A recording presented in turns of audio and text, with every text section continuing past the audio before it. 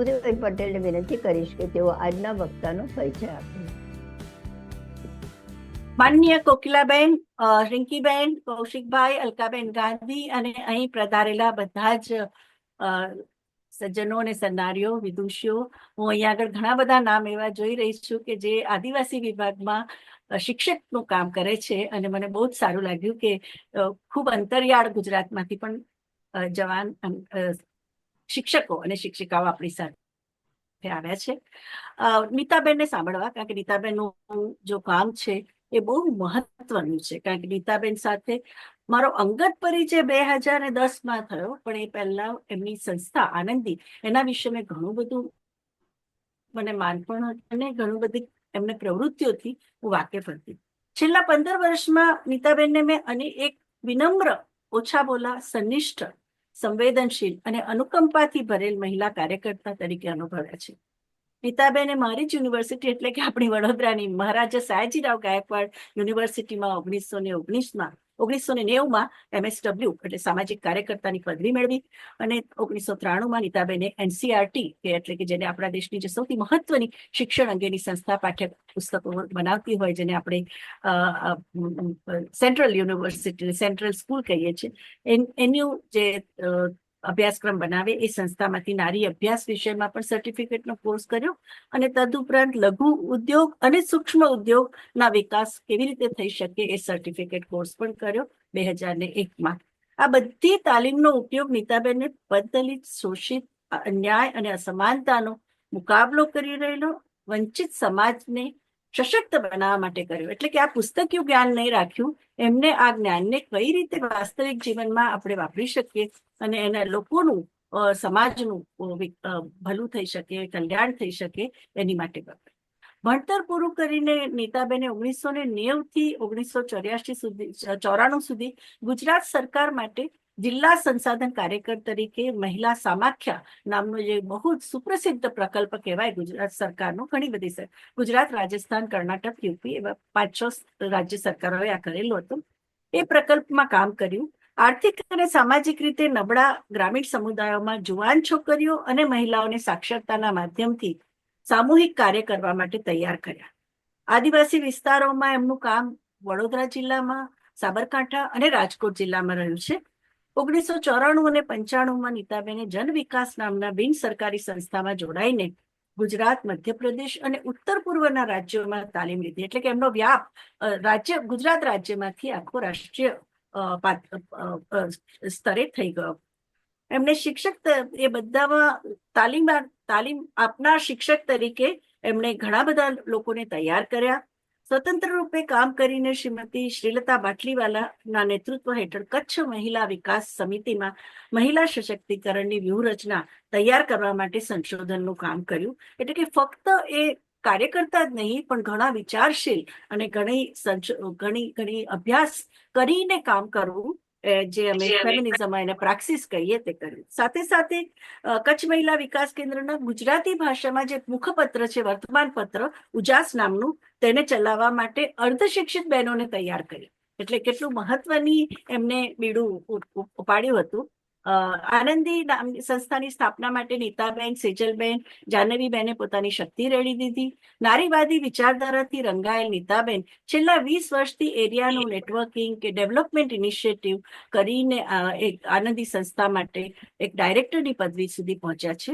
આજે નીતાબેન રાષ્ટ્રીય સંગઠનો અને જે અન્ન હક સુરક્ષા અધિકાર અભિયાન, કામના હકનો અભિયાન, મહાત્મા ગાંધી રાષ્ટ્રીય રોજગાર જેની જે સરકારનો મોટો પ્રકલ્પ છે, એના કામ કરતા લોકોના સંઘર્ષ મોરચા, જનસ્વાસ્થ્ય અભિયાન, પેન્શન પરિષદ, Gujarat Mahila Manch, people's union for civil liberties અને national alliance of people's movement જેવા જનસંગઠનોમાં કાર્યરત છે, અને લિંગભાવી ન્યાય અને નાગરિક અધિકારો માટે પોતાનો અમૂલ્ય સમય આપી રહ્યા છે. દેશના પાયાના નારીવાદી કાર્યકર્તા તરીકે નીતાબેનનો પરિચય આપવા માટે આજે મને આપણા GSF તરફથી મોકો મળ્યો, એને માટે હું તમારી કોકિલાબેનની ખાસ ઋણી છું. આભાર. Thank you.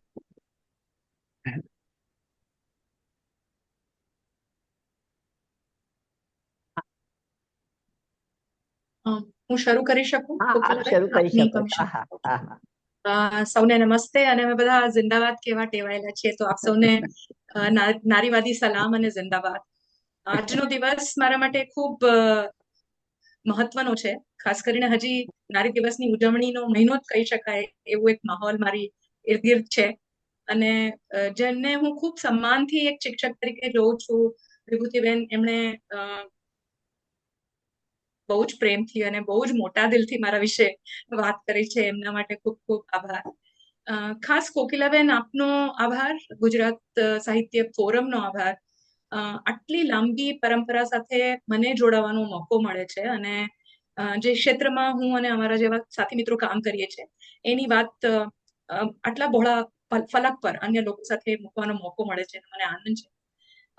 મેં વિષય પસંદ કર્યો આદિવાસી મહિલાઓની સંઘર્ષ ગાથા આપ સૌ વચ્ચે પ્રસ્તુત કરવાનો, કારણ કે એકચ્યુઅલી હું ગ્રામ્ય સ્તરે કામ કરવાના મારા અનુભવમાં છેલ્લા 30 વર્ષમાં મેં ફક્ત અને ફક્ત આદિવાસી વિસ્તારમાં ખૂબ કામ કર્યું છે. એટલે હું એવું કહી શકું કે જો હું ગ્રામ્ય સંસ્કૃતિ સમજું છું કે એ પરિસ્થિતિ વાકેફ છું, તો એ મારો પૂરેપૂરો અભ્યાસ ફક્ત અને ફક્ત આદિવાસી ક્ષેત્રમાં મહિલાઓ સાથે થયો છે.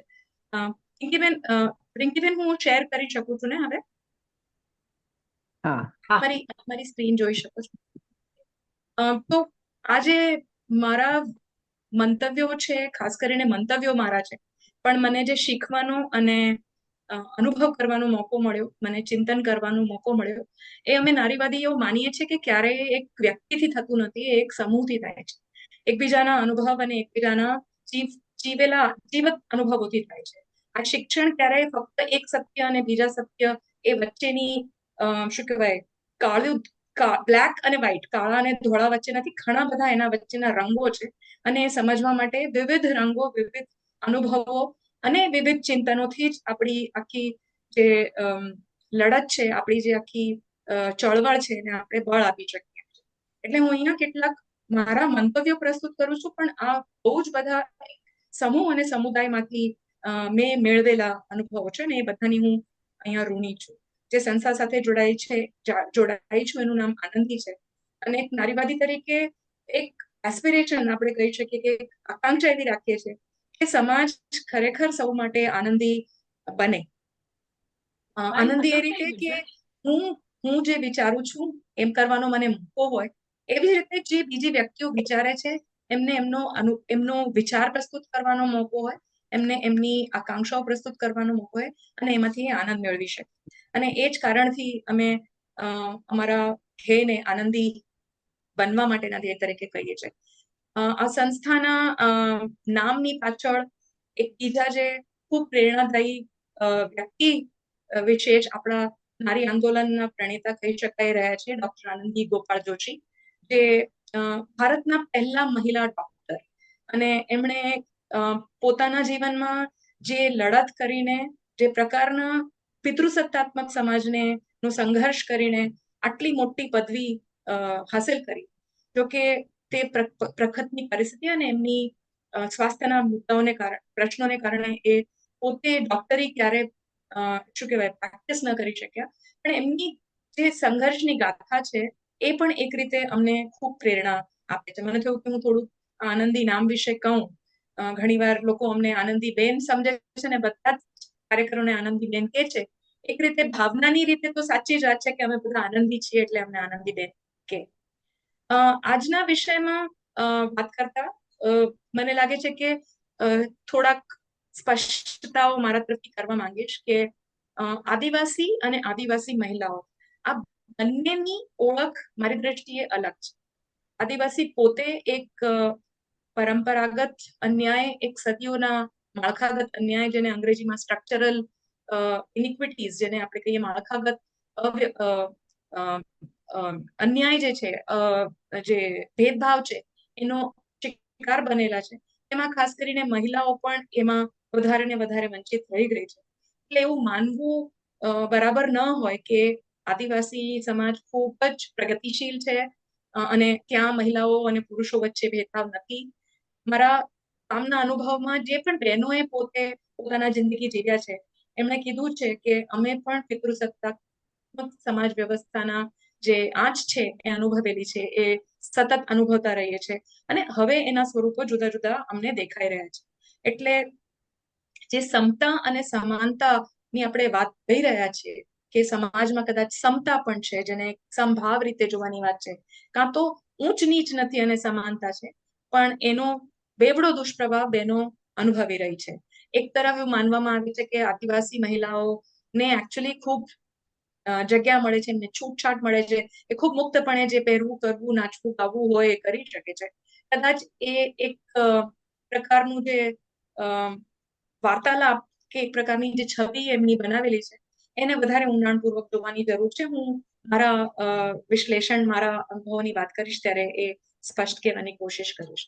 એ સાથે એવું પણ કહેવા માંગીશ કે સામાન્ય રીતે આમ સમાજમાં જ્યાં બહેનોના કામ અને પુરુષોના કામ જે રીતે જોવામાં આવે છે, મેં અનુભવ્યું છે કે કેટલાક કામો, દાખલો આપીશ કે બાળકોની સંભાળનું કામ, ઘરમાં રાંધવાનું કામ, આ કામોમાં જે આમ સમાજમાં પુરુષોને લાગતું હોય કે આ કામ તો સ્ત્રીઓનું કામ છે, એ આપણને આદિવાસી પરિવારમાં કદાચ જોવા ન મળે. ત્યાં આપણને પુરુષો ઘર માટે શાક સમારતા, આવનાર મહેમાનો માટે ચા બનાવતા, રડતા બાળકને સાચવતા, કાં તો નવડાવતા જોવા મળશે.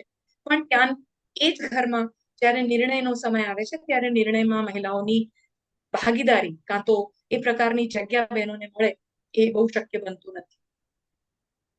ચોથી વાત અહીંયા સૌ વચ્ચે પ્રસ્તુત કરવા માંગીશ કે સામાન્ય રીતે આદિવાસી સમાજમાં આપ લોકોએ જો અનુભવ્યું હોય તો ખૂબ ઓછા બોલા લાગે, એકદમ મૌન રહેવાનું પસંદ કરે.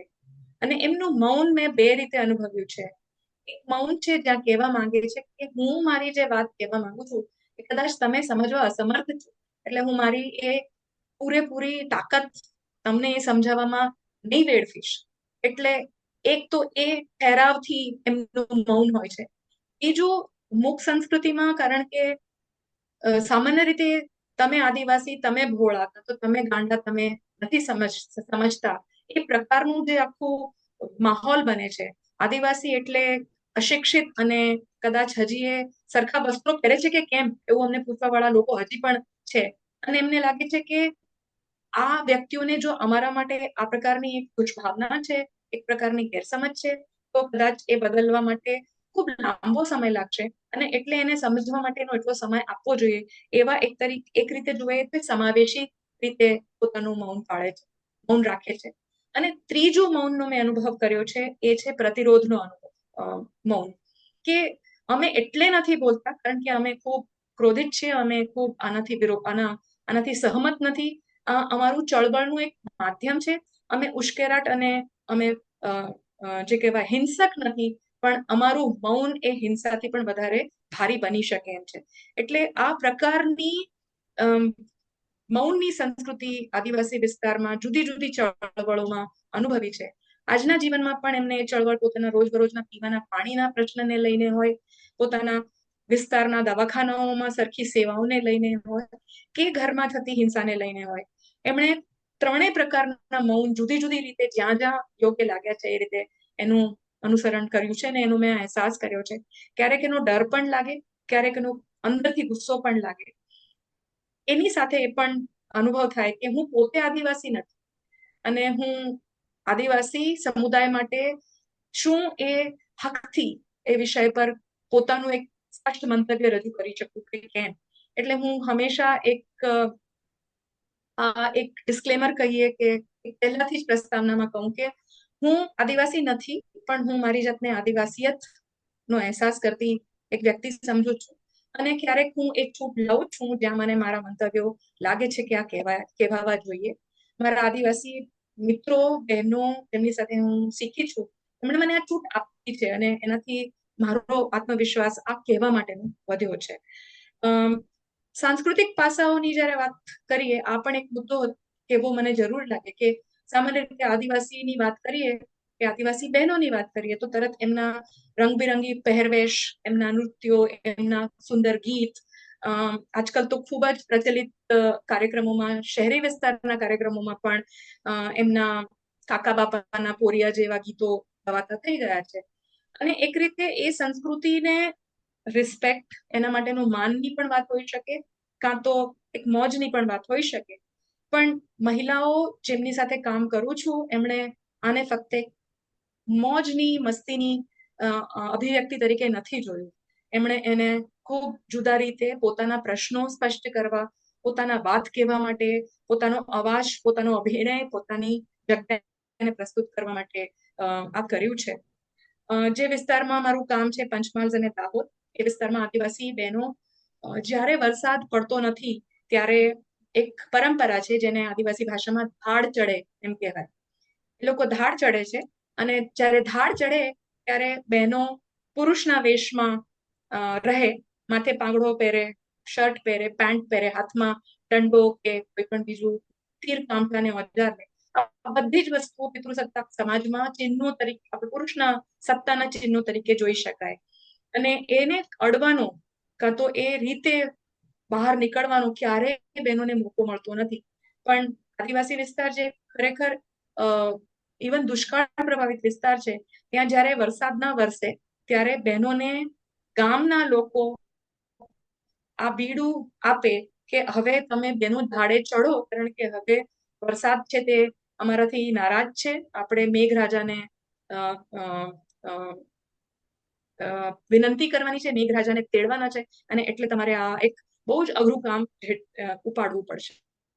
એટલે બહેનો આને આવી રીતે વર્ણવે છે કે અઘરા કામો અમે કરીએ ત્યારે ચાલે, પણ જ્યારે અમે ઈચ્છાથી એ કરવાની કોશિશ કરીએ ત્યારે સમાજના રીતિ રિવાજો અમારા પર બાંધી દેવામાં આવે. જેમ કે શું પહેરવું, ક્યારે નીકળવું, ક્યાં ન જવું. ધાડ જ્યારે બહેનો ચડે ત્યારે ખરેખર 15 દિવસ એ ઘરમાં પ્રવેશ નથી કરતા. એ લોકો જાહેર જગ્યાઓમાં રહે છે. ઘરના કામો કોઈ એ પોતે નથી કરતા. પુરુષો એમની જ્યાં એ વસાહતમાં વસે ત્યાં જતા નથી. અને આ પરંપરા આજે પણ ચાલે છે. હમણાં 2 વર્ષ પહેલા જ્યારે પંચમહાલ દાહોદમાં વરસાદ નહોતો ત્યારે બહેનો આ રીતે ધાડે ચડી હતી. અને એ જ્યારે ધાડે ચડે ત્યારે એમનું સામાન્ય રીતે જે ડેરો બને, જ્યાં રહેવાની વ્યવસ્થા થાય, એ હનુમાનના મંદિરમાં. સમાન રીતે સ્ત્રીઓને હનુમાનના મંદિરમાં આટલો સમય બેસવાનો અને હનુમાનની મૂર્તિને આ જે છાણ હોય તેનાથી લીપવાનું. એની પાછળને કહેવાનું તાત્પર્ય છે કે અમે એ પરંપરા તોડીએ છીએ કે હનુમાનના મંદિરમાં બહેનોનો પ્રવેશ, હનુમાનની મૂર્તિમાં બહેનો પૂજા કરે, એ બધી જે પરંપરાઓ છે એને અમે પડકારીએ છીએ. અને એ જ રીતે અમે મેઘરાજાને પડકારીએ છીએ અને એને કહીએ છીએ કે તમારે અમારા અવાજ, અમારા પ્રતિરોધને સાંભળીને આપવું પડશે. એટલે નારીવાદી તરીકે હું મારી જાતને એવું સમજુ કે જો હું એવું માનતી હોઉં કે આજની દુનિયામાં ભણેલી, અંગ્રેજી બોલતી, યુનિવર્સિટી અભ્યાસ કરેલી બહેનો જે છે એ જ આ વિષયને સમજે છે કે રેઝિસ્ટન્સ એટલે પ્રતિકાર એટલે શું, તો એ નથી. એ આપણા સંસ્કૃતિમાં, આદિવાસી સંસ્કૃતિ જે આટલા સદીઓની જૂની સંસ્કૃતિ છે, ત્યાં પણ બહેનોએ આ પોતે પોતાની રીતે એને પડકાર્યું છે. આજના પડકારો જુદા છે. આજના પડકારોમાં સૌથી પહેલું જોવા જઈએ અને અમારી 1990 ના કામમાં અમે જોઈએ છે કે ગુજરાતના 18,500 ગામોમાં લગભગ 70% ગામોમાં આજે પણ પીવાના પાણીનો પ્રશ્ન છે. આ સમસ્યા આદિવાસી વિસ્તારમાં હજી વધારે ગંભીર બને છે કારણ કે એ ડુંગરાળ વિસ્તારમાં છે. એ વિસ્તારમાં ઓછો વરસાદ, અનિયમિત વરસાદની પરિસ્થિતિ છે. ત્યાં પાણીના જે સંચયના કામો થવા જોઈએ પૂરતા પ્રમાણમાં કાં તો સારી ગુણવત્તાના થયા નથી. એના કારણે ખૂબ શ્રમ જે બહેનોને પડે છે, પાણી લેવાનો શ્રમ પડે છે, પાણી મેળવવાનો શ્રમ પડે છે. આપણે ત્યાં રાજ્યમાં એક કાર્યક્રમ જળ જીવન મિશન, જેમાં ખૂબ મોટું એક બજેટ ઇન્વેસ્ટમેન્ટ કરવામાં આવ્યું અને 2019-20માં જાહેર કરવામાં આવ્યું કે ગુજરાતમાં અને ખાસ કરીને દાહોદ જિલ્લામાં, જ્યાંની હું વાત કરું છું, ત્યાં અમે 100% કામ કરી દીધું છે. પણ બહેનોનો સંઘર્ષ કહી રહ્યો છે કે આજે પણ જે હર ઘર નલ અને હર ઘર જલની જે વાત થાય છે એ પહોંચતી નથી. આ કુવા બોડી ડુંગરી ગામના બહેનોની છબી તમે જોઈ રહ્યા છો. એમણે પોતાના ગામમાં, પોતાના ઘરોમાં પાણી માટે દૂર દૂર ડુંગરાઓ ખેડીને જવાનું વર્ષો જૂનો જે પોતાનો એક શ્રમ હતો એ ઓછું કરવા માટે સામૂહિક રીતે પોતાના પંચાયતો પર, તાલુકા પંચાયત સ્તર પર જે આવે, જિલ્લા પંચાયત સ્તર પર ઘણી બધી જગ્યાએ રજૂઆતો કરી. ખૂબ સંઘર્ષ પછી એમણે અને મેણા ટોણાએ સાંભળ્યા, કારણ કે સામાન્ય રીતે જ્યારે તમે જાહેર આયોજનની જગ્યાઓમાં વાત કરો તો તમને શું ખબર પડે, અમે અહીંયા નિર્ણય કરતા બેઠા છો, એ વાત તો મેણા નીકળી જ આવે. અને પોતાના કાગળિયા કે કોઈ અરજી કે ફરિયાદ લઈને તાલુકામાં જાય તો તરત ગામના લોકો કહેવા માંડે કે હવે બહુ મોટી બહેનો થઈ ગઈ છે, તમે નીકળી પડી છો વગેરે. આજે સાંભળવાનું થાય એને આંખ આડા કાન કરીને પણ બહેનોએ પોતાની ભારપૂર્વકની રજૂઆત કરી. અને સાંભળવામાં તો આપણને આ આંકડો બહુ જ નાનો લાગે કે ફળિયામાં 3 હેન્ડપંપની જરૂર હતી. 3 હેન્ડપંપનો મતલબ છે અંદાજે 3 લાખ 3.5 લાખ રૂપિયાનો ખર્ચો. પણ આ જે 16 પરિવારો છે, જે 16 પરિવારોની વસ્તી છે, એમના પશુધન છે, એ બાળકો અને બહેનો સતત પશુધન અને ઘરના કામ માટે પાણીની વ્યવસ્થાને કારણે શિક્ષણ ગુમાવે છે, પોતાની સેહતને એક રીતે ખૂબ જોખમમાં મૂકે છે આ વિસ્તારોમાં પાણી લેવા માટે. એટલે એમના માટે આ સંઘર્ષ બહુ મોટો હતો. આપણને આ પ્રક્રિયામાં એવું દેખાય કે ઉઠીને બહેનો ગામેથી પંચાયતમાં ગઈ, પંચાયતથી ઉઠીને તાલુકામાં ગઈ. એ અંતર કદાચ 6 કિલોમીટર અને 28 કિલોમીટરનો લાગે, પણ એમનો જીવનના ચક્રમાં આપણે જોઈએ તો આ બહુ જ મોટી એમના માટેની સિદ્ધિ હતી. અને ખરેખર જ્યારે હેન્ડપંપ ગામમાં આવ્યો અને બહેનો એની ફરતે ઉભી રહી તો આપણને એવું જ લાગે જાણે કોઈ એક મોટી મૂર્તિ ત્યાં બેસાડી ના હોય, જેનો એક આનંદ થયો હોય. એવી રીતે બહેનોને પોતાની સંઘર્ષ બાદ આજે પાયાની સુવિધા મેળવી છે એનો આનંદ એમને થાય છે. પાણીનો સંઘર્ષ આજે પણ એક ગામમાં જુદી જુદી રીતે દેખાય છે.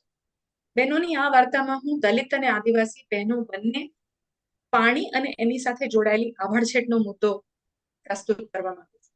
કોદલી ગામમાં બહુ જ મોટી વસ્તી છે, લગભગ 3.5 થી 5,000 4,500 થી 5,000ની વસ્તી છે. ગામોમાં મોટા ભાગના ફળિયાઓમાં પાણીની વ્યવસ્થા છે. દલિત ફળિયું છે ત્યાં પાણીની વ્યવસ્થા નથી. બાજુનું જે આદિવાસી ફળિયું છે એમાં પણ આદિવાસી સમાજમાં પણ ક્યાંક ને ક્યાંક ઊંચ નીચ જોવા મળી અમને આ ફળિયામાં. અને ત્યાં નાયક સમુદાયના લોકોએ પોતાના હેન્ડપંપ પર બહેનો આવે તો ચાલે એવી છૂટ રાખી. પણ રાઠવા સમાજના આદિવાસી જે પોતાને નાયકથી પણ ઊંચા માને છે આખી વ્યવસ્થામાં જે ઊંચ નીચ છે એમાં, તો એમણે એમને સુધી પહોંચ મેળવવા પાણી આપવાનું બિલકુલ મંજૂર રાખ્યું નહીં. અંતે આ બહેનોએ પણ પોતાની દર વખતની મીટિંગોમાં આના પર આયોજન કર્યું. અને પછી ખાસ એક યોજના, ખાસ અંગભૂત યોજના જે દલિત ફળિયામાં પાણીનો વ્યવસ્થા કરવા માટેનો એક બજેટ છે એનાથી એમણે મેળવ્યું. પણ આ મેળવ્યા પછી હજી મારા મનમાં પ્રશ્ન તો એ જ રહ્યો કે પાણી આવ્યું પણ લોકોના મનમાં જે દીવારો બનેલી છે, કાં તો જે ભેદભાવ બનેલો છે, જેને પાણી જેવા પાયાના જરૂરિયાતથી આપણે તોડી શકીએ, આપણે આ આખી જે ગેરબરાબરીની વ્યવસ્થા છે એને તોડી શકીએ, એ શક્ય બન્યું નહીં. આ ચિત્ર એટલા માટે જરૂરી છે કારણ કે પછી એ મુદ્દો ખાલી બહેનોનો ન રહ્યો. સામાન્ય રીતે અમારી મીટિંગોમાં પાણીનો પ્રશ્ન આવે તો ભાઈઓ એમ કે બહેનો તમે જાઓ, તમારે પાણી ભરવાના હોય છે, તમારે આ કામ કરવાનું હોય છે. પણ કામ એ કામ છે, કોઈ બહેનનું કામ એ ભાઈનું કામ નથી. પાણી એ પાયાની જરૂરિયાત છે, એ ફક્ત બહેનની કે બાળકોની જરૂરિયાત નથી, એ આખા સમુદાયની જરૂરિયાત છે. અને એટલા માટે આ મુદ્દો ગામનો મુદ્દો છે, બહેનોનો મુદ્દો નથી. આ મુદ્દો વિકાસનો મુદ્દો છે, ખાલી ગામનો નહીં, આખા દેશના વિકાસના માપદંડમાં આને પ્રાથમિકતા મળવી જોઈએ. હમણાં જ આપણે વાત કરીએ છીએ કે આજે સતત વિકાસના જે માપદંડો છે એનું એક માપદંડ ચોખ્ખા પાણીની વ્યવસ્થા બાબતે વાત કરે છે. આજની તારીખે આપણને ચોખ્ખું પાણી ગામોમાં મળી રહે એની ખૂબ ચિંતા થાય છે. અને આઈ એમ શ્યોર આપ લોકો જયારે ગામમાં જતા હશો, આપ પોતાનું પાણીનું એક બોટલ સાથે લઈને જતા હશો. એટલે આ આપણે વિચારીએ કે જેમને રોજ આવું સંઘર્ષ કરવું પડે ચોખ્ખા પાણી માટે, એમના માટે આટલી નાની સૂની વાત કેટલી મહત્વની હોઈ શકે. આ સંઘર્ષ ત્યાં પણ હજી મળતો નથી. ગુજરાત માટે પાણીનો મુદ્દો એક અસ્મિતાનો મુદ્દો છે. ગુજરાત માટે પાણીનો મુદ્દો એક રાજકીય મુદ્દો છે. બહેનો માટે પાણીનો મુદ્દો એમનો રોજબરોજનો પાયાની જરૂરિયાતનો, ચોખ્ખા પાણીના અધિકારનો મુદ્દો છે. અને એ જ વાત લઈને એમણે પોતાના ઘરો, પોતાના રોજગાર, પોતાના બાળકો, પશુઓને છોડીને તાલુકા સુધી સંગઠનાત્મક રીતે જઈને રજૂઆત કરી.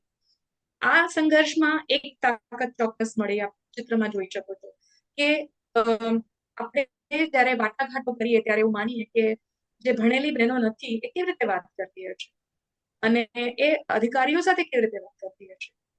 આદિવાસી બહેનોના સંગઠનો બહુ જ સારી રીતે પોતાના ઘરેથી આ બધી તૈયારી કરીને જાય.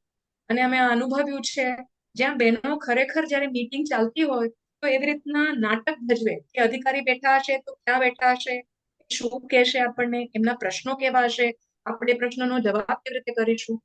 એટલે સશક્તિકરણની પ્રક્રિયા ફક્ત ઘરમાંથી બહાર જવામાં નથી, પણ શું પ્રશ્નો આવશે એના મારા શું વિશ્લેષણ છે, મારા શું કહેવાના બાબતો હશે એના પર છે.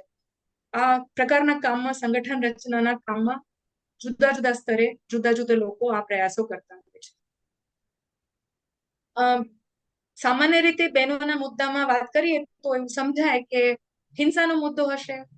ઓકે, હિંસાનો મુદ્દો નથી તો કદાચ સ્વાસ્થ્યનો મુદ્દો હશે, કારણ કે બહેનોને બાળકોનું સ્વાસ્થ્ય જોવાનું, બહેનોએ પોતાનું સ્વાસ્થ્ય જોવાનું, એમના પ્રજનન સાથે સંબંધિત મુદ્દાઓ જોવાના. હા, એટલે આ મુદ્દાઓ પર પણ આદિવાસી બહેનોના સંગઠનોએ ખૂબ સંઘર્ષમય લડત લડી જ છે. પણ આજના દિવસોમાં પાયાના જે જરૂરિયાતો, જેના પર આખો દેશ એક વિકસિત દેશ તરીકે પોતાની જાતને પ્રસ્થાપિત કરી રહ્યું છે, ત્યાં આપણા દેશની, ભારત દેશની 8% વસ્તી આદિવાસી, ગુજરાત રાજ્યની 15% આદિવાસી વસ્તી, અને એમાંની ઓછામાં ઓછી 50% બહેનો આદિવાસી, એમના પાયાના પ્રશ્નોને આપણે કેવી રીતે નજરઅંદાજ કરી શકીએ. ગુજરાતની 6.5 કરોડની વસ્તી હોય અને એના 15% આદિવાસી હોય તો આ બહુ જ મોટી વસ્તી છે, જેના વિકાસના મુદ્દાઓ પર એમનું પોતાનું સંગઠન તો કામ કરે જ કરે, પણ અન્ય સમાજ સમુદાય પણ એક પ્રાથમિકતા આપવાની જરૂર છે. ફક્ત અનુકંપાના દ્રષ્ટિકોણથી પણ નહીં, પણ એક જવાબદેહી અને જવાબદારીના દ્રષ્ટિકોણથી પણ એ થવાની જરૂર છે. અહીંયા બહેનોએ પોતાના ગામમાં વીજળી નથી તો શું પ્રશ્ન થાય છે એ ખાલી એમના પોતાના રોજબરોજના કામના નહીં, પણ બહુ જ પાયાના મુદ્દા એમણે કીધા કે અમને ગામમાં વીજળી ન હોય તો અમારા બાળકોનું ભણતર બગડે છે. અમારા ગામમાં પંચાયત પર તમે જે કમ્પ્યુટર સેન્ટર બનાવ્યું છે, એ કમ્પ્યુટર સેન્ટર ના ચાલે તો મારે અરજી કરવા માટે તાલુકામાં જવું પડે છે. એટલે વીજળી કઈ મારી મોજ શોખ, મારા પંખા ને લાઇટ માટે નથી, વીજળી એ મારા રોજબરોજની જરૂરિયાત છે. હવે એ કોઈ એક લક્ઝરી નથી રહી, એક બહુ જ પાયાની જરૂરિયાત રહી છે. આવો જ બીજો ઉદાહરણ છે. ફક્ત એ જ દર્શાવવાની કોશિશ કરું છું કે પોતાના ઘરના કનેક્શનથી માંડીને પોતાના ફળિયામાં આ કનેક્શન મેળવવા સુધીની બહેનોએ અહીંયા લડત લડી છે. ત્રીજો જે મુદ્દો બહેનોને ખૂબ મહત્વનો લાગે છે, કારણ કે અત્યારે જે બાળકો સાથે અમે કામ કરીએ છીએ એમાંના ઘણા બધા બાળકો આ પેઢી, એમની પહેલી પેઢી છે જે અભ્યાસ કરી રહી છે, જે કોઈ પ્રકારનું ઔપચારિક શિક્ષણ કે શાળકીય શિક્ષણ મેળવી રહી છે. અને એ શાળકીય શિક્ષણમાં જ્યારે અનુભવ થાય કે આદિવાસી નિશાળોમાં બિનાદિવાસી શિક્ષકો આવે અને એ શિક્ષકોને બાળકોના શિક્ષણ કરતા પોતાના મુદ્દાઓ પર વધારે પ્રાથમિકતા આપવી હોય એટલે ભણાવે છે, એમનું પોતાનું જ કામ કર્યા કરે. કાં તો આવે તો એમને લાગે કે આદિવાસી સ્કૂલોમાં હું જાઉં છું તો મારું પોસ્ટિંગ તો એટલા માટે થાય છે કે જ્યાં હું ચેનથી બેસી શકું, આરામ કરી શકું, મારી તાળી પીવાની કે મારી દારૂ પીવાની ઈચ્છાને અહીંયા પૂરી કરી શકું. દાદરા ગામમાં આ જ રીતનો બનાવ બન્યો. શિક્ષક દારૂ પીને સ્કૂલમાં આવ્યા, શિક્ષક એટલું ભાન ભૂલી ગયા કે એમના કપડા ભીના થઈ ગયા. બાળકોએ પોતે આ નજરે જોયું. બહેનોએ પોતાની મીટિંગમાં બાળકો સાથે વાત કરી કે કેમ તમે સ્કૂલમાંથી નાસીને આવી જાઓ છો, કેમ જતા નથી? તો બાળકોએ નિખાલસપણે વાત કરી કે એમની સાથે નિશાળમાં શિક્ષકનું વલણ કેવું હતું. બીજા ગામમાં મોટી મંગો એક નામનું ગામ છે, ત્યાં ગામના બાળકો સાથે અમે બેઠક કરી તો એમણે ચિત્ર બનાવ્યું. એવું ચિત્ર બનાવ્યું જ્યાં નિશાળના ઓરડા તૂટી ગયા છે અને ચિત્રમાં 3 શિક્ષકો દોર્યા, એક બોટલ દોરી, એક 10 રૂપિયાની નોટ દોરી, એક બાળક દોર્યું. અમે કીધું આ ચિત્ર શું છે? બાળકોએ ફરી અમને આખું સમજાવ્યું. આ અમારી નિશાળનો એવો ઓરડો છે જે ભંગાર પડ્યો છે, જેમાં કોઈ અભ્યાસ પ્રવૃત્તિ ચાલતી નથી, પણ અમારા 3 શિક્ષકો ચાલુ નિશાળ દરમિયાન વર્ગ છોડીને અહીંયા આવીને બેસે છે. અમારામાંથી જ કોઈક બાળકને મોકલીને દારૂ મંગાવે છે અને એના અમને 10 રૂપિયા આપે છે, અહીંયા દારૂ પીએ છે. કોઈ પ્રકારની જે દેખરેખ વ્યવસ્થા છે શિક્ષણ વિભાગ તરફથી, આ અગત્યની બાબતોનું દેખરેખ નથી કરતી, જેની દેખરેખ બાળકો અને મહિલાઓ કરી રહી છે. એમને આ વિષયની ચિંતા છે કે અમારા બાળકો જેમને અમે ખૂબ પ્રયત્નથી અમારી રોજીરોટી એમના અભ્યાસ માટે સમર્પિત કરીને કરી રહ્યા છે, એમનું અમારી ગામની નિશાળોમાં જો અભ્યાસનું સ્તર રહેશે તો પછી એમનું જીવન કેવું બનશે. આ બહેનોએ ગ્રામ સભામાં પ્રશ્ન મૂક્યો, આ બહેનોએ સરપંચની સામે આખી વાત પ્રસ્તુત કરી, શિક્ષકને બોલાવવામાં આવ્યા, શિક્ષકને અને એમને લાગ્યું કે ફક્ત ફરિયાદ કર્યા નહીં માટે એ ફરિયાદને ગામના લોકોની વચ્ચે મૂકવી પડશે એટલે બોલાવવામાં આવ્યા. શિક્ષકની ને જાહેરમાં એમણે કબૂલ્યું કે મેં આ ભૂલ કરી છે અને એની માફી બાદ બહુ મોટા દિલે બહેનોએ કીધું કે અમે તમારી વિભાગીય તપાસ માટે ફરિયાદ નથી કરી રહ્યા, પણ તમે તમારું આ વર્તન બદલજો. અમે જોઈએ છે કે એમાં ફરક આવે છે અને બહેનો સતત એની દેખરેખ રાખી રહ્યા છે. તો આ સંઘર્ષ એક પેઢી માટેના બહેતર જીવન માટેનું છે, કોઈ નાની સૂની વાત નથી. આજે જેટલા સન્માનપૂર્વક હું જ્યોતિબા ફૂલે અને સાવિત્રીબાઈ ફૂલેની વાર્તાને યાદ કરું છું અને આ દરેક બેનમાં એમના દર્શન થાય છે કે જેમને દેખાય છે કે આ ભાવિ અમારા આવનાર પેઢી માટે છે અને આને આગળ ટકાવી રાખવું પડશે. અને એ જ બાળકોના, એ જ ઘરોના બાળકો જ્યારે અમારી સાથે કેમ્પમાં આવે છે, અમે એમની સાથે દર વર્ષે 2 કેમ્પ કરીએ છીએ. એ અમારી સાથે 15 દિવસ અમારી સાથે શિબિરમાં રહે છે અને આ શિબિરમાં જુદા જુદા વિષયોનો અભ્યાસ કરે છે, ખાસ કરીને જીવન ઘડતરના વિષયો. 7મા ધોરણના બાળક અમારી પાસે આવે અને કદાચ પોતાનું નામ પણ ન લખી શકે. 5મા 6ઠાના બાળકોને અક્ષર ઓળખનો પ્રશ્ન છે. ગુજરાતનું પ્રાથમિક શિક્ષણનું સ્તર ઘણા વિસ્તારોમાં અને ખાસ કરીને આદિવાસી વિસ્તારમાં ખૂબ જ ચિંતાજનક છે. અમે જોઈએ છે કે આ વિસ્તારની 8મું ધોરણ સુધીનો અભ્યાસ કરેલી છોકરીઓની સંખ્યા માત્ર 30 થી 33% છે અને NFHS 5 નો ડેટા પણ બતાડે છે કે ગુજરાતમાં પ્રાથમિક 8મા ધોરણ પછીના અભ્યાસના સંખ્યામાં મહિલાઓ, છોકરીઓનું સંખ્યા ઓછી છે અને આદિવાસી વિસ્તારમાં એ ખૂબ ચિંતાજનક છે. એટલે આ જ બહેનો જેમનું સંગઠન છે, દેવગઢ મહિલા સંગઠન, આનંદ મહિલા સંગઠન, આ સંગઠનના બહેનો સાથે એમના ચિંતનથી અમને સૂઝેલો આ એક વિચાર છે કે અમારા બાળકો માટે તમે શાળા શરૂ કરો. 17 વર્ષ પહેલા અમે વનવગડુ શાળા આ એક પ્રકલ્પ વિચાર્યો, જેમાં વર્ષમાં 2 વાર બાળકો અમારી સાથે રહે, ભાષા અને ગણિત શીખે અને જીવનના અગત્યના બાબતો એ શીખે. આપને ભરોસો નહીં થાય, આ ખરેખર પ્રકૃતિ વિશેનું શિક્ષણ આ બાળકો પાસેથી અમે અને અમારા બીજા સ્વયંસેવકો છે મેળવ્યું છે. એમને ઓછામાં ઓછા 30 પ્રકારની વનસ્પતિઓના નામ ખબર છે, એ વનસ્પતિનો ઉપયોગ શું છે ખબર છે, એની જાળવણી કેવી રીતે થાય ખબર છે, ખેતીમાં શું કરાય શું ન કરાય ખબર છે. એટલા હોશિયાર બાળકો ગણિત અને ભાષા જેવા વિષયો ન શીખી શકે એવું માનવામાં નથી આવતું. એટલે ક્યાંક ને ક્યાંક આ પદ્ધતિઓને ખૂબ દિલથી અને ખૂબ પ્રયત્નપૂર્વક મૂકવાની જરૂર છે અને સતત અમે જે યોજના બનાવનાર વ્યક્તિઓ છે, જે નીતિ ઘડનાર વ્યક્તિઓ છે, એમની સાથે આ પ્રસ્તુત કરીએ છીએ.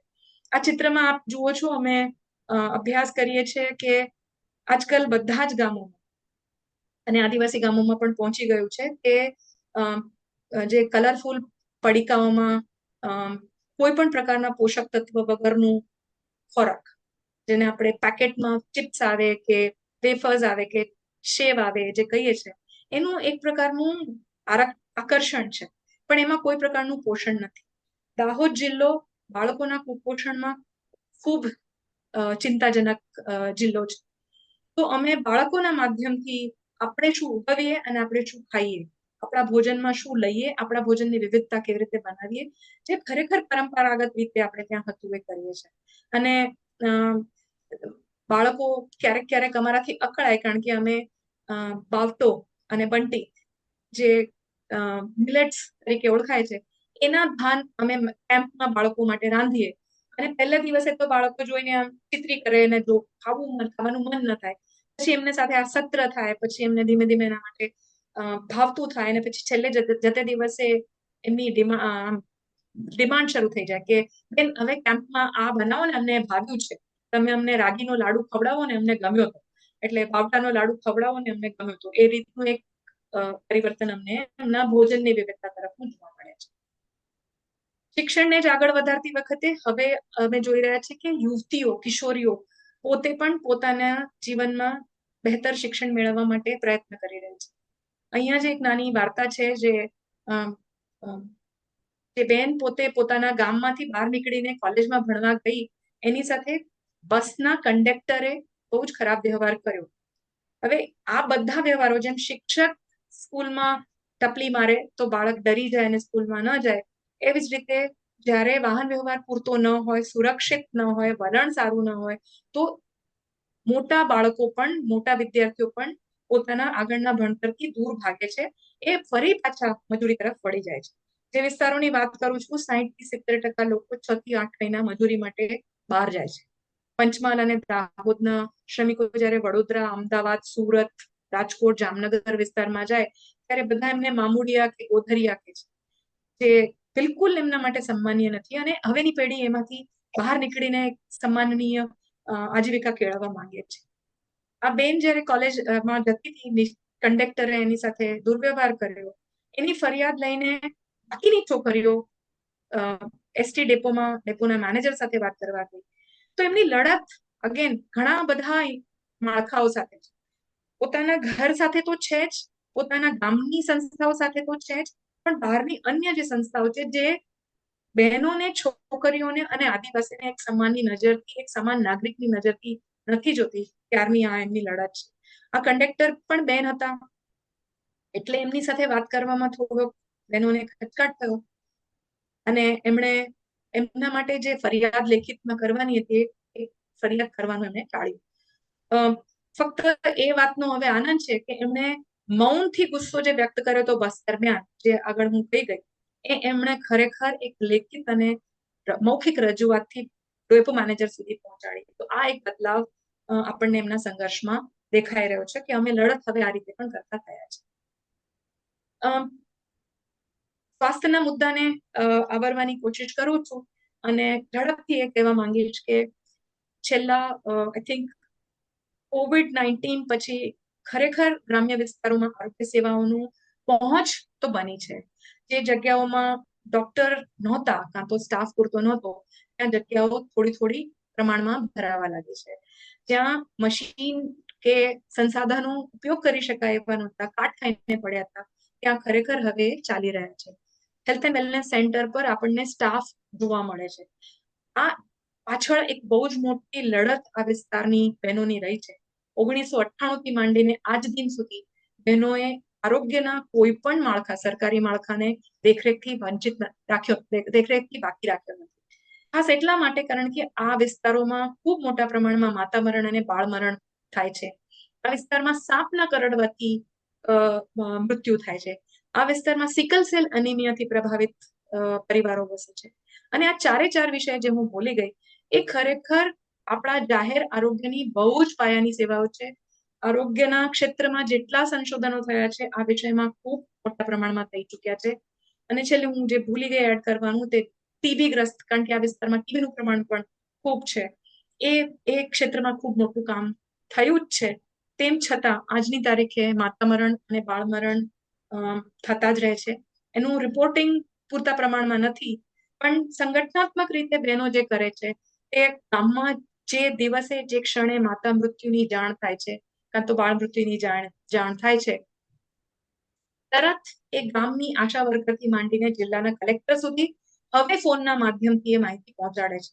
કહેવાનો મતલબ એટલો છે કે અમે માતા મૃત્યુ રોકવાના સ્થાનીય સ્તરે પ્રયાસો કરશું જ, પણ માળખા દ્વારા, જે આખું જાહેર આરોગ્યનું માળખું છે, એના દ્વારા જે પ્રયાસો કરવા જોઈએ, એ ખૂબ જ જરૂરી છે.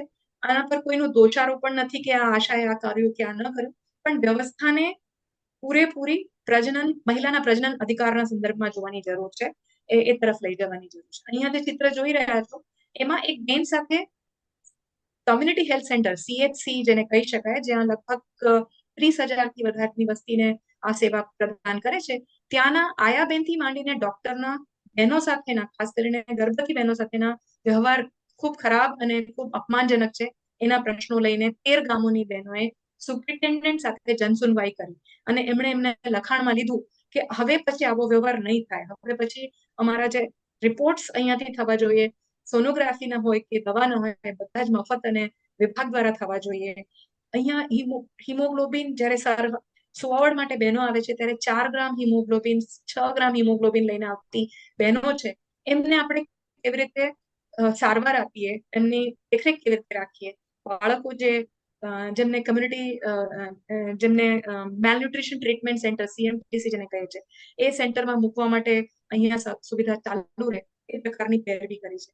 તો જે બજેટ રાજ્યનું બને છે એ બજેટનું સાચું ઉપયોગ થઈ રહ્યો છે કે નહીં એની દેખરેખ કરવાનું કામ કરતો આ વર્ગ છે, કરતો આ સમૂહ છે, અને આ વિચારક સમૂહ તરીકે ડેફિનેટલી જોવાવું જોઈએ. ખાસ આ અહીંયા પ્રસ્તુત કરું છું વિધવા બહેનોના સામાજિક સુરક્ષાના જે પ્રાવધાન છે આપણા દેશમાં કે વિધવા બહેનોને આર્થિક સહાય જે મળે છે એ એમના પોતાના જીવન નિર્વાહ પૂરતી છે. આજકાલ એક શું કહેવાય નેરેટિવ, જેને ગુજરાતીમાં શું કહેવાય મને ખબર નથી, પણ એક રીતે ચાલે છે કે ગરીબોને સહાય આપીને આપણે એમને નિર્બળ બનાવીએ છીએ, આપણે એમને પરાવલંબી બનાવીએ છીએ, આપણે એમને આળસુ બનાવીએ છીએ. પણ કદાચ એ દ્રષ્ટિકોણ ન રાખીને આપણે એમનો જે હક છે, એમણે પોતે દેશ નિર્માણમાં પોતાનું જે વેરો આપીને, સમય આપીને, શ્રમ આપીને યોગદાન આપ્યું છે એનું આપણે વળતર આપી રહ્યા છીએ, એ દ્રષ્ટિકોણથી જોઈએ તો એ સેવાઓને સારી કરી શકાય એમ છે. અને આ અનુભવમાં મને કહેતા આનંદ થાય છે કે પોસ્ટલ વિભાગ જે આપણા દરેક ગામોમાં પહોંચી ચુક્યું છે એના વિભાગ દ્વારા આ દ્રષ્ટિકોણ ખૂબ સારી રીતે અમલમાં મુકાયો. આ ગામની 17-18 મહિલાઓ જે વિધવા બહેનો છે એમને પોતાને વિધવા પેન્શન લેવા માટે પોતાના ગામથી ઉઠીને દેવગઢ બારિયા સુધી આવવું પડતું, અને એનો જે આખો ખર્ચો થાય આવવા જવાનો, ક્યારેક ઉપાડવામાં તકલીફ પડે, ક્યારેક મોડા થઈ ગયા છે એ પ્રશ્નો ઉભા થાય, ક્યારેક પોતાની પાસબુક ભૂલી ગયા છે, એક કે બીજા કારણોસર બહેનોને તકલીફ પડતી હતી. અહીંયાની જ બહેનોને, અને અહીંયાના એક પંચાયત સભ્ય છે રમીલાબેન, એમનો આ વિચાર આવ્યો કે કેમ આપણે આપણી પંચાયતની જ પોસ્ટ ઓફિસમાં પરિવર્તિત ન કરી દઈએ. આપણે મહિનાનો એક દિવસ જે પોસ્ટ વુમન છે એને અહીંયા બોલાવીએ. એમના ગામમાં પોસ્ટ માસ્ટર તરીકે બેન આવે છે, અને એ બેન મેં કીધું કે તમે આવો. એમણે કીધું કે હું એકલી આવીને હું કરું છું, કારણ કે હું એકલી અહીંયા પંચાયત ઘર પર બેસવું, આ તમારું ગામ તો છવાયા ઘરોનું છે, મને ઠીક લાગે. તો બેને કીધું કે તમે આવો, એ મિનિટથી તમારી કામગીરી પૂરી થાય ત્યાં સુધી અમે તમારી સાથે રહીશું, પણ તમે પ્લીઝ આ સેવા અમારા ગામમાં શરૂ કરો. આજની તારીખે નિયમિત રીતે પોસ્ટ માસ્ટર બેન પંચાયત પર આવે છે, અને એમનો ફોટો છે કે એ પોતે આપે છે. મને લાગે છે કે આ એટલા માટે પણ કદાચ સરળ થયું છે કે એ બેનને પણ સમજાયું કે બીજી બહેનોને તકલીફ પડે છે, પંચાયત સભ્યને સમજાયું કે શું તકલીફ પડે છે. આ માળખાઓમાં જે બહેનો છે એમના સુધી આ દ્રષ્ટિકોણની એક તર્ક સમજાયું, એટલે આ શક્ય બન્યું છે. અને મને લાગે છે કે આ એક ઉદાહરણ પૂરું પાડે છે જ્યાં પણ સામાજિક સુરક્ષાની સેવાઓ પહોંચવાની જરૂરત છે ત્યાં સુધી આ થઈ શકે. મારી પાસે કેટલો સમય છે મને ખ્યાલ નથી, કદાચ 5 મિનિટ હશે હજી. હા, હજુ 5 મિનિટ છે. તો હું ઝડપથી કહેવા માંગીશ. આ વિસ્તારના બીજા પ્રશ્નોમાં ખાસ બહેનો સાથે થતી હિંસા, અને અમારા છેલ્લા 5 વર્ષનો અભ્યાસ બતાવે છે કે ખૂબ મોટા પ્રમાણમાં યુવતીઓનું એમના જ પરિવારમાં, જે આપણે માતા પિતા જન્મદાતાના પરિવાર છે, જેને અંગ્રેજીમાં નેટલ ફેમિલી કહેવાય, એ પરિવારમાં જ બહેનો સાથે હિંસા થઈ રહી છે. અત્યાર સુધી આપણે સાંભળતા હતા કે ઘરેલું હિંસા એટલે સાસરિયા પક્ષ દ્વારા થતી હિંસા, પણ દેખાય છે કે ઘરમાં પણ પોતાના જન્મદાતા પરિવારમાં પણ છોકરીઓ સાથે હિંસા થઈ રહી છે. અને આ હિંસા એમની સાથે એમને ભણવા ન મોકલવું, એમને કામ કરાવવું, એમની કોઈ મિત્ર મૈત્રીને એક જુદા જ દ્રષ્ટિકોણથી જોવું, એમને ફોન વાપરવો કે ન વાપરવો એના પર બંધન મૂકવું, એમણે શું કરવું, પહેરવું, ક્યાં જવું એના પર પ્રતિબંધ કરવો. જ્યારે એક યુવાન અવસ્થામાં આવે છે ત્યારે એમને જે પ્રકારની લાગણીઓ થાય છે, ભાવનાત્મક બદલાવ આવે છે, એને ન સમજવું અને એની સાથે હિંસા કરવી આ ખૂબ મોટા પ્રમાણમાં વધતું દેખાય છે. અમે છેલ્લા 4 વર્ષમાં 2 તાલુકામાં જે ગામોમાં સંગઠનો છે ત્યાં જ લગભગ 80 યુવાઓના અપમૃત્યુ નોંધ્યા. આ અપમૃત્યુ એટલા માટે કહું છું કારણ કે પોલીસે એને ક્યાંય એક ફરિયાદ તરીકે નોંધ્યા નથી, એક પણ કેસમાં FIR થઈ નથી, પણ સંગઠનના દબાવને કારણે પોસ્ટમોર્ટમ થયા છે. અને પોસ્ટમોર્ટમ દેખાડે છે કે આ કુદરતી મૃત્યુ નહોતું, અને આ સ્યુસાઇડ, આત્મહત્યા પણ નથી. તો આ શું થઈ રહ્યું છે, કેમ થઈ રહ્યું છે? શું આ જે હરિયાણા જેવામાં આપણને લાગતું હતું કે ખાપ પંચાયતો કરતી હતી એ પ્રમાણેનું થઈ રહ્યું છે? અને દુર્ભાવ એટલે એક ખરેખર ખૂબ ચિંતાજનક બાબત છે. આદિવાસી સમાજ જેટલો સમાવેશી અને જેટલો એકબીજાના મુદ્દાને સમજવા માટે તૈયાર હતો, એ જ સમાજમાં હવે આટલું બધું હિંસા પોતાના વ્યક્તિઓ માટે, છોકરીઓ માટે વધી રહી છે. એક ચિંતાનો વિષય છે, જેના સામે છોકરીઓ અને બહેનો અવાજ ઉઠાવે છે. બહેનોને જ્યાં જ્યાં મદદની જરૂર પડે છે પીઠબળ પૂરું પાડે છે.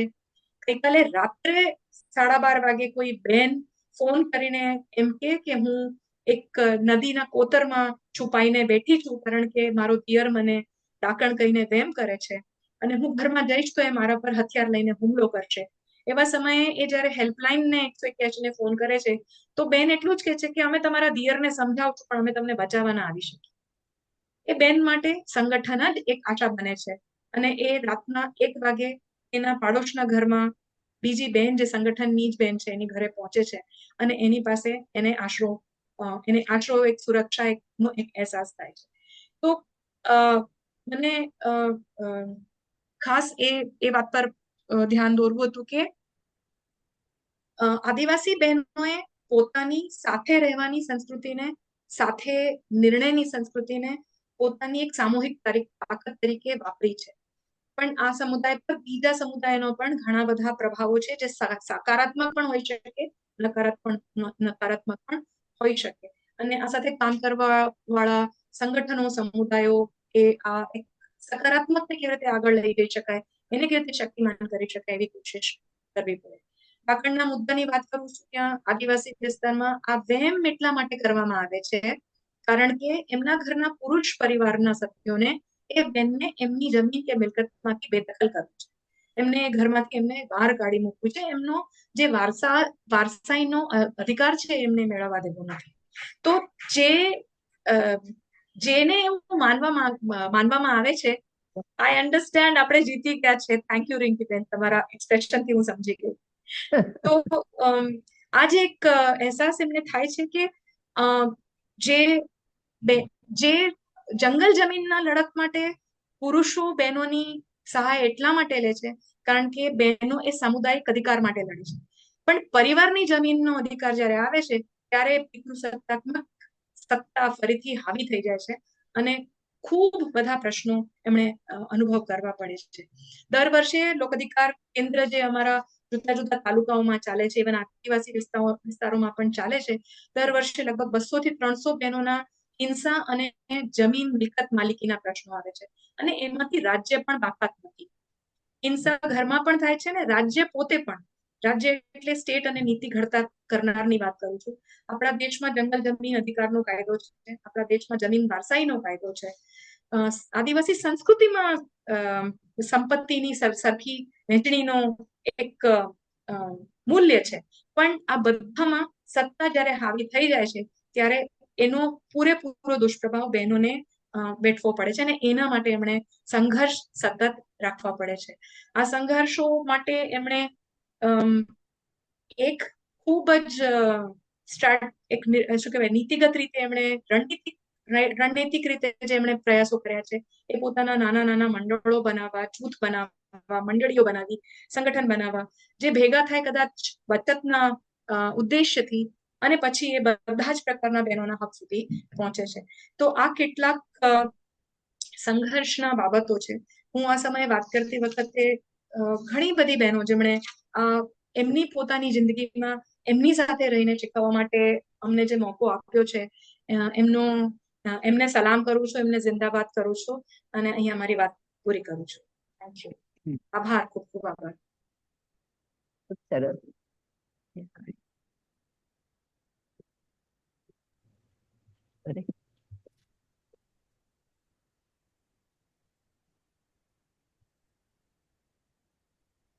ખૂબ સરસ નીતાબેન.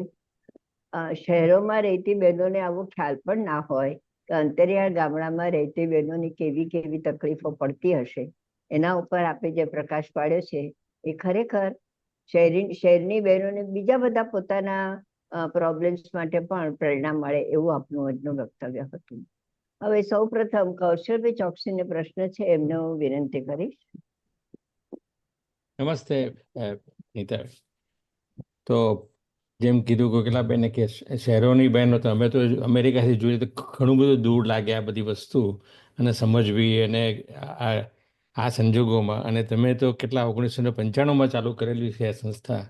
એ વખતે તો કેટલા ચેલેન્જીસ હતા, એ તો કંઈ જુદી જ વસ્તુ છે. આજે 30 વર્ષ કોઈ પણ વસ્તુ 30 વર્ષ સુધી ચાલુ રાખવી એ બહુ પ્રશ્ન છે કહેવાય. અને ખૂબ જ સરસ કામ છે. તમે ઘણા બધા પાસા તમે કર્યા. કે એક વસ્તુ મને ગમી કે તમે કીધું કે એમના છોકરાઓ પણ 30 વનસ્પતિના જાણતા હોય. એટલે જે આપણે ઇન્ડિજિનસ કમ્યુનિટી પાસે જે આપણે શીખવાનું છે એમને શીખવતા સાથે એ તમે આખું કર્યું આમાં. તો આજે તમે આ 30 વર્ષથી ચલાવ્યું. હવે આજે આગળ જતા અત્યારે હવે તમારે કયા ચેલેન્જીસને કયા રિસોર્સિસ જરૂર છે 5 વર્ષ માટે? દાખલા તરીકે રીજનરેટિવ એગ્રીકલ્ચર હોય કે એગ્રો ઇકોલોજીકલ ડેવલપમેન્ટ હોય કે શું કહેવાય કે જે આપણે રીજનરેટિવથી કરીને જે આપણે ડિફોરેસ્ટેશનને એટલે કે ટિમ્બર બેઝ ફોરેસ્ટને બાજુમાં લઈ જવું હોય તો તમે કરો જ છો. હું જોઈ શકું તમારી વેબસાઇટમાં બધામાં તમારી વાત તમે કરેલી છે એ પ્રમાણે કરી શકો છો. આમાં તમારે કયા વધારે રિસોર્સિસ જોઈએ આમાં, પર્ટિક્યુલરલી મહિલાઓને ધ્યાનમાં રાખીને? તો બધા એટલે પ્રશ્નો પહેલા કે એક સાથે જ કરી શકાશે વાત હમણાં? Thank you કૌશલભાઈ. આપણે અમારી વેબસાઇટ જોઈ, ગમ્યું, અને અમારી વેબસાઇટને હજી વધારે સારી કરવાની જરૂર છે એવું તો સમજાય જ છે. આઈ એમ શ્યોર આપ અમને ફીડબેક આપશો જ. ખાસ કરીને અત્યારે એગ્રો ઇકોલોજીકલ પ્રેક્ટિસીસ, જેને સામાન્ય ભાષામાં અમારે ત્યાં બહેનો સજીવ ખેતી કહે છે. અને સજીવ ખેતીમાં એમની એક સમજ છે કે અમારે ખાલી એમાંથી ઉપજ નથી મેળવવી, પણ અમારે જમીનને જીવડાવવી છે.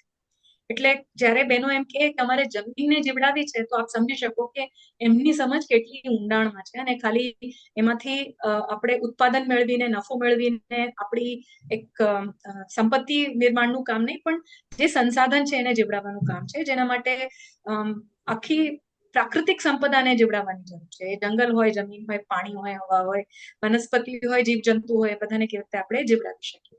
આ કામ કરવા માટે અમે 2-3 પદ્ધતિઓ નો ઉપયોગ કરીએ છીએ. અને સૌથી અમારી અસરકારક જે રણનીતિ રહી છે તે સ્થાનિક બહેનોનું જે જ્ઞાન છે એ પોતે જ કેવી રીતે બાકીની બહેનો માટેના શિક્ષક બની શકે. કારણ કે અહીંયાથી શ્રમિકો બહાર ખેત મજૂરી માટે અન્ય જિલ્લાઓમાં જ્યારે જાય ત્યારે એમણે ત્યાં રાસાયણિક ખાતરોથી થયેલી ખેતી અને રોકડિયા પાકની ખેતી જોયેલી હોય છે. અહીંયા આવીને એમણે જો પોતાના જીવતર નિભાવની ખેતી કરવી હોય તો એના અસર અહીંયા ન પડે, પણ અહીંયાના સંસાધનોને આપણે ટકાવી કેવી રીતે શકીએ એનું જે સૂઝ અને જ્ઞાન છે એવા ખેડૂતોને અમે માસ્ટર ફાર્મર કહી શકાય એવી રીતે તૈયાર કરીએ છીએ. આ બહેનો જે છે એ પોતાના જ ખેતરોમાં નાનકડું એક નિદર્શન કરે છે. પોતે જે કામ, જે પોતાની સામાન્ય ખેતી છે એને જ એક નિદર્શન તરીકે રાખે છે. અને આજુબાજુના ગામના જે ખેડૂતો છે એમના માટે એક શીખવા માટેની નિશાળ બની જાય છે. એટલે ત્યાં એ ફાર્મ સ્કૂલ તરીકે જે આપણે કહી શકીએ અંગ્રેજીમાં, એ ત્યાં આવીને શીખે છે. આ પ્રક્રિયામાં જે ખેડૂતો કામ કરે છે એમને પ્રોત્સાહન આપવા માટે એમણે પોતાના ખેતરોમાં બીજા શું પ્રયોગો કરી શકે, પ્રયાસો કરી શકે, એ એક બહુ જ મોટું ટેકાની અમને જરૂર પડે છે.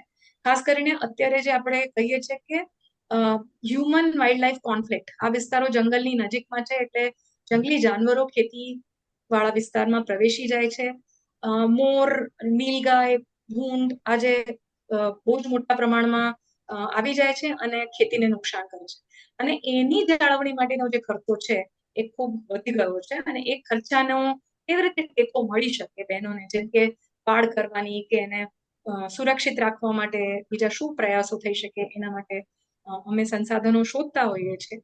અમારા મુખ્ય સંસાધનો છે એ છે જાણકારી અને એમને જોડવું જે કૃષિ યુનિવર્સિટી છે એમની સાથે અને કૃષિ યુનિવર્સિટીના કાર્યક્રમો સાથે. પણ જે આપણે કહીએ છીએ કે અમારે કેવા રિસોર્સિસની જરૂર પડે છે, અમને પડકારો આવે છે એવા પ્રકારના રિસોર્સિસ કે જ્યાં બહેનોને બિયારણ સારી ગુણવત્તાનું જોઈએ છે, જ્યાં એમને એ પાક જે 1 કે 2 પાણી અગર નિષ્ફળ થઈ રહ્યું છે કારણ કે એ પાણીની વ્યવસ્થા નથી, તો એ બે પાણી મળી જાય તો એ પાક જીવી જાય, બચી જાય. એ પાણી નથી તો એમના પાકને નુકસાન થાય છે. તો એવા સંસાધનો જ્યાં પાણીના સંસાધનોને આપણે વધારે રિજુવિનેટ કરી શકીએ અને એમને હાર્વેસ્ટ કરી શકીએ, એને હાર્વેસ્ટ કરી શકીએ, એ પ્રકારના કામોમાં સંસાધનોની જરૂર હતી. ઓકે, ના ઘણા બધા ક્વેશ્ચન છે પણ બીજા હોય તો એટલે થેન્ક યુ. ખૂબ સરસ. તમે પરિપૂર્તિ કરીને જે કંઈ અમને અધૂરું લાગ્યું એ પણ આમાં આવી ગયું, એટલે ખૂબ સરસ રીતે આપનું પ્રવચન થયું. અને મેં તમને હમણાં જ કહ્યું એમ શહેરી બહેનો માટે પ્રેરણાદાયક છે. શહેરી બહેનો એટલે કહું છું કે અમારા પ્રશ્નો જુદા હોય છે શહેરી બહેનોના, અને એ માટે જો ગામડાની અબૂધ બહેનો જો આટલી હિંમત કરીને આગળ આવતી હોય, અને એને માટે તમારા જેવા કાર્યકરો ખૂબ જ સરસ રીતે તમે એમને ટેકો આપો છો, એના માટે તમને ધન્યવાદ આપવા ઘટે જ ઘટે. હવે ઘણા બધા જણે તમારું અહીંયા આગળ લખ્યું છે કે ખૂબ સરસ તમે જણાવ્યું ને બધું. આ જે તમારો જે આદિવાસી મહિલાઓનો સંઘર્ષ જે તમે ગાથા કહી, એ તમારા આટલા બધા વર્ષના અનુભવોનો નિચોડ છે એમ મને લાગ્યું છે. અને અનુભવ દ્વારા તમે નવી નવી પદ્ધતિઓથી બહેનોને વધારે ને વધારે પ્રોત્સાહન મળે એવું પણ આપ કરી રહ્યા છો, એ પણ ખરેખર પ્રશંસનીય છે. હવે ખૂબ સરસ નીતાબેન, આપે નીતાબેન નામ સહિત નીતિ ઘડનારા છો એવું મને લાગી રહ્યું છે, એટલે ખૂબ સરસ રીતે નામને પણ સાર્થક કરો છો તમે. અને આ વખતે આપણે આટલું સરસ રીતે આપણે એમનું પ્રવચન સાંભળ્યું એટલે બધા જ ખરેખર ખૂબ તન્મય થઈને સાંભળતા તેવું લાગ્યું, કારણ કે ચેટબોક્સ પણ ઘણી આવેલી છે, યુટ્યુબમાંથી પણ ઘણી આવેલી છે. તો આ પ્રમાણે તમે જે અનુભવ થયો છે તમને, એ અનુભવનો આધારે તમે શીખ્યા છો બી ગણો ને, તમે જે શીખ્યા છો એ બીજાને શીખવાડો છો, એ પણ ખરેખર ખૂબ સરસ છે. તો આવતા રવિવારે કાર્યક્રમ થયો, અને એ પહેલા હું સુરેન્દ્રભાઈ, હું લેસ્ટરના એમ્બેસેડર નયનાબેન પટેલને વિનંતી કરીશ કે તેઓ આભાર વ્યક્ત કરે. નયનાબેન. નમસ્તે નીતાબેન, નમસ્તે કોકિલાબેન. અને આભાર કેવી રીતે માનીએ, મારી પાસે શબ્દ નથી આભાર કે ધન્યવાદ કહેવા સિવાય. કોઈ એવો શબ્દ શોધવો પડશે મને લાગે છે, કારણ કે એક તો મહિલા અઠવાડિયાના દિવસોમાં એક આવી વાત, સંઘર્ષની વાત સાંભળવી, અને તે પણ આદિવાસી, કેમ કે આ એક ખૂબ જ સંવેદનશીલ વિસ્તાર છે કે જેનો સંવેદના સમાજને નથી હજી અડકી, એવી વાતને સાંભળીને કદાચ ને કોઈની સંવેદના જાગે એવો એક આ પ્રયત્ન મને ખૂબ ગમ્યો. અને વિભૂતિબેને આપના પરિચયમાં જે વાત કરી ને, એમાં બે શબ્દને મારે જરાક તોડવા છે. એમણે કહ્યું કે આપ ઓછા બોલા છો અને સંવેદનશીલ છો. તો મને થયું કે જે સંવેદનશીલ હોય ને એ વ્યક્તિ જ આદિવાસી લોકોનું જે મૌન છે તેને ઇમોશનલ સપોર્ટ માટે ઓછા બોલા હોઈ શકે, કારણ કે કામ વધારે હોય અને તે વખતે બોલવાનું ઓછું હોય અને કામ વધારે કરવાનું હોય. એટલે એ તમારી પ્રશંસા મને ગમી, તમારો પરિચય મને ગમ્યો. આનંદી સમાજ માટે પણ જે કહ્યું તે પણ મને એક ખૂબ ગમ્યું કે સંઘર્ષમાંથી ઉભરી અને આનંદ તરફ જવાની યાત્રા એટલે આનંદી સંસ્થા. ખૂબ સરસ આ એક સંસ્થા માટેની તમારી તમે જે એક વ્યાખ્યા આપી એ ખૂબ ગમી મને. આ સિવાય તમે રાષ્ટ્રીય સ્તર પર પણ કામ કરો છો, શિક્ષકોને તૈયાર કર્યા, સંશોધનો કરો છો, અર્ધશિક્ષિત બહેનોને મેગેઝિન કરવા માટે તૈયાર કર્યા. એ તો બહુ જ મોટી વાત મને તો લાગે છે, કારણ કે શિક્ષિત હોય તેને તૈયાર કરી શકો, અર્ધશિક્ષિતને કઈ રીતે તમે કરી શકો. એટલે ખૂબ સુંદર કાર્ય તો કરો છો. તેની સાથે સાથે આદિવાસી ક્ષેત્રની મહિલાઓની સંઘર્ષ ગાથામાં વ્યક્તિથી નહીં પરંતુ સમૂહની વાત કરી, અને એની અંદરથી નારીઓની સંઘર્ષની જે વાત કરી તેમાં કેટલા બધા વિષયોને આવરી લીધા. ધાર ચઢેથી માંડીને વાત કરી એમણે, જે આપણે સમજાવ્યું. તેની સાથે સાથે જવાબદારીઓ એ લોકોની, અને જવાબદારીઓ નિભાવતા સંઘર્ષ જે કરે છે, જેમાં પાણી મેળવવાના મુદ્દાથી માંડીને આભડછેટની વાત કરી. આદિવાસી સમાજમાં હેન્ડપંપ માટે પણ, નનિયમથી વાત માટે પણ કેટલો સંઘર્ષ કરવો પડે એ કદાચ અમને ખ્યાલ જ નહીં આવે. સાચું કહું તો કદાચ આ વાર્તા જેવું લાગે ઘણા બધાને, પરંતુ તમે તો અનુભવો છો એટલે એ તમારા અંતરમાંથી નીકળેલી વાત અંતર સુધી પહોંચી છે. એવું લાગે છે મને. અને એની સાથે સાથે સ્વાસ્થ્યના મુદ્દાઓ, હિંસાના, વીજળીના, શૈક્ષણિક, પેઢીઓની બહેતર જીવન માટેના સંઘર્ષના મુદ્દાઓ, કેટલા બધા મુદ્દાઓની તમે વાતો કરી. મને એમ થાય છે કે તમને તો ઘણા બધા સેશનોની જરૂર છે. આ બધાને જો વિસ્તારથી અમારે સમજવા હોય તો. તેની સાથે શિબિરો તમે લોકો કરો છો બાળકો માટે. પ્રકૃતિની વાતમાં મને આજે એક ખૂબ ગમ્યું કે જેને અભણ કહેવાતી સ્ત્રીઓ પણ સજીવ ખેતીની વાતો સમજે છે. એ બહુ મોટી વાત કહેવાય. અમારા જેવા ભણેલાને સજીવ ખેતીની વાતો નથી ખબર, તો આ લોકોને ખબર હોય તો ખૂબ મોટી વાત છે, ખૂબ મોટી વાત છે. એની સાથે સાથે યુવતીઓના શિક્ષણ મેળવવાના પ્રયત્નો, ઘર અને ગામની સંસ્થાઓ અને અન્ય સંસ્થાઓ સાથે સંઘર્ષ કરતા કરતા શિક્ષણ મેળવવા જતી યુવતીઓનો વિચાર કરીએ ને તો એ અમારી બધી યાતનાઓનો તો કોઈ ત્યાં પ્રશ્ન જ નથી. ગર્ભવતી સ્ત્રીઓની સાથેના ખરાબ વ્યવહારની વાતો કરી, વિધવા બહેનોના સંઘર્ષની, પોસ્ટ ઓફિસની સેવા માટેની સંઘર્ષની વાતો કરી, પારિવારિક હિંસાની વાત તો ખરી, પરંતુ જન્મદાતાના ઘરમાં થતા જે હિંસાના બનાવો જે બને છે તેની વાતો કરી. અમુક અંશે હજુ આપણા સમાજમાં પણ આ તો છે જ કે છોકરીઓ શું પહેરે, શું નહીં પહેરે, ક્યાં જાય. છોકરો બહાર જાય તો તરત છોકરી બહાર જાય તો ક્યાં ગઈ, કોની સાથે ગઈ પૂછે. છોકરો બહારથી મોડો આવે તો એ ક્યાં ગયો તો પૂછે નહીં. એ હજુ આપણા સમાજમાં પણ છે. તો આ સમાજમાં હોય એ તો સ્વાભાવિક જ છે. અને સાથે સાથે સંગઠનનું જે કાર્ય તમારું છે આટલું સઘન, મારી દ્રષ્ટિએ કે એટલું છેક અંત સુધી પહોંચો છો તમે લોકો, એ કામને તો સેલ્યુટ જ છે. અને આની સાથે એક વાત મારે જોડવી છે, કારણ કે બધાને એવું જ થાય છે કે હું યુકે એટલે અમે પરદેશમાં રહેતા લોકો ની સાથે પણ કેવું થઈ શકે તેનું એક જ નાનકડું ઉદાહરણ આપી દઉં કોકિલાબેન, અને પછી વાતને હું આભાર દર્શન પૂરું કરું. પેલા કંડક્ટરની વાત કરી, કંડક્ટરના દુર્વ્યવહારની વાત કરી આપે. હું 1968માં આ દેશમાં આવી, યુકેમાં. અને ત્યારે પહેલી જ વાર મને તો ઘરમાં બેસીને એટલી બધી કંટાળી ગઈ હતી. BA નો અભ્યાસ કર્યો હતો સંપૂર્ણ, તો પણ અહીંયા આવીને હું બિસ્કિટની ફેક્ટરીમાં મેં જોબ લીધો. સવારના પોરમાં 7 વાગે મારે પહોંચી જવાનું હોય ફેક્ટરીએ. તો 2 બસ બદલીને જવાનું. ઇંગ્લિશ આપણી ભાષા નહીં. BA વિષય તરીકે શીખ્યા હતા, પરંતુ ભાષા નહોતી આપણી. એટલે એ લોકો બોલે તે સમજણ પડે, પણ હું સામે કઈ કહી નહીં શકું. એવા સંજોગોમાં મારી સાથે કંડક્ટરે કરેલા દુર્વ્યવહારની વાત મેં આજ સુધી કોઈને નથી કરી. મેં જોબ છોડી દીધો. મેં કોઈને પણ નહીં કીધું, મારા પતિને પણ નહોતું કીધું કે એણે મારી સાથે દુર્વ્યવહાર કર્યો. કેમ કે તરત જ એમ કહેવાય કે તું ભણેલી છો તો એટલું ત્યાંથી બોલાય નહીં. પણ નહોતું બોલાતું. તે વખતનો એવા સંજોગો હતા. એટલે એવું નથી કે ફક્ત ત્યાં જ દુર્વ્યવહાર થાય છે. આ દેશમાં પણ અમારી સાથે આભડછેડ થાય છે. રંગભેદ જેને કહીએ છે. બસમાં બેઠા હોઈએ ને નીતાબેન, તો તમારી સાથે કોઈ જગ્યા નહીં હોય તો જ તમારી બાજુમાં કોઈ બેસવા આવશે, ગોરો માણસ. એટલે આ લોકોની અમુક સંવેદના મેં અનુભવી છે.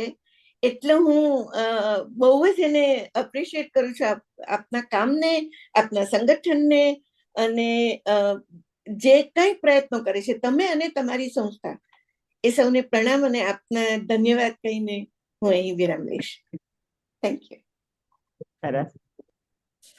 હવે આપણે આપણી આજની સભાને વિરામ આપતા પહેલા, ગઈકાલે જ આંતરરાષ્ટ્રીય મહિલા દિન ગયો, અને મેં એવું વિચારેલું જ હતું કે આખો મહિનો હું બહેનો માટેનો જ રાખીશ. બધા જ રવિવારે મારે બહેનોને આપવા છે. પણ ગયા વર્ષે એક ભાઈ હતા, એમને મને એવું કહ્યું કે બહેનોને માટે અમે પણ સારું બોલી શકીએ છીએ, અમને બી એક રવિવાર આપવો જોઈએ. તો ગયા વર્ષે મેં એમને આપેલો. અને આ વર્ષે એ ભાઈ તો નથી, પણ મને એમ થયું કે એમણે જે કીધેલું, એટલે એક રવિવાર મારે કોઈ ભાઈને આપવો તો જોઈએ. એ હિસાબે મેં કિરીટભાઈને આવતો રવિવાર, પછીના 2 રવિવાર પાછા બહેનોના જ છે.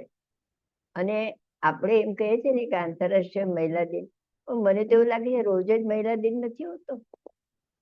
માન કે અપમાન જે પણ કંઈ થતું હોય એ રોજ જ થતું હોય છે. એટલે મહિલા દિનને દિવસે એને ઉજવવો અને એને ખાસ એને મહત્વ આપવું. આપીએ છીએ બરાબર છે, પણ એક જ દિવસ નહીં. આપણે તો 365 દિવસ મહિલાઓને આપણે અભિનંદન આપવા જોઈએ એમના કામ કરે છે એના, અને મહિલાઓને માટે જે કંઈ કામ અત્યાર સુધી બધા જ કરી રહ્યા છે અને કર્યું છે એ બધાને ધન્યવાદ પણ આપવા જોઈએ. અને મને એવું લાગે છે કે આટલું બધું કામ મહિલાઓનું જોયા પછી જ કદાચ એવું આવ્યું હશે કે આંતરરાષ્ટ્રીય મહિલા દિન આપણે સ્થાપવો જોઈએ. મને અત્યારે વિભૂતિબેન ચીપકો આંદોલન યાદ આવે છે. પેલા ઝાડ કાપવા આવ્યા હતા અને બેનો ઝાડને ચીપકીને ઉભી રહી હતી. કેટલા બધા વર્ષો પહેલાની વાત છે. એટલે એ ચીપકો આંદોલન આજે મને હમણે જે બધી વાતો કરી તે મેં એ યાદ આવી ગયું મને. અને એ જ રીતે આજે આંતરરાષ્ટ્રીય મહિલા દિન નિમિત્તે સર્વ મહિલાઓને હું ખૂબ ખૂબ અભિનંદન આપું છું અને શુભેચ્છાઓ પણ આપું છું. અને ગુજરાતી સાહિત્ય ફોરમ તરફથી, ગુજરાતી સાહિત્ય ફોરમમાં જે મહિલા બહેનો છે બધા તરફથી બધાને શુભેચ્છા અને અભિનંદન પાઠવું છું. સરસ. તો હવે આપણી સફર, દર વખતે કહું છું એમ, આપણે અલ્પવિરામ આપીશું ને આજે. અલ્પવિરામ આપ્યા પછી આપણી જે સફર આગળ ચાલવાની છે એ તો ચાલતી જ રહેશે, અને એ સફરમાં આપણે બધા સહ પ્રવાસી થઈ અને ખૂબ ખૂબ રીતે આનંદ સાથે જ્ઞાન મેળવીશું. એટલે અસ્તુ કહીને આજની સભાને વિરામ આપું છું.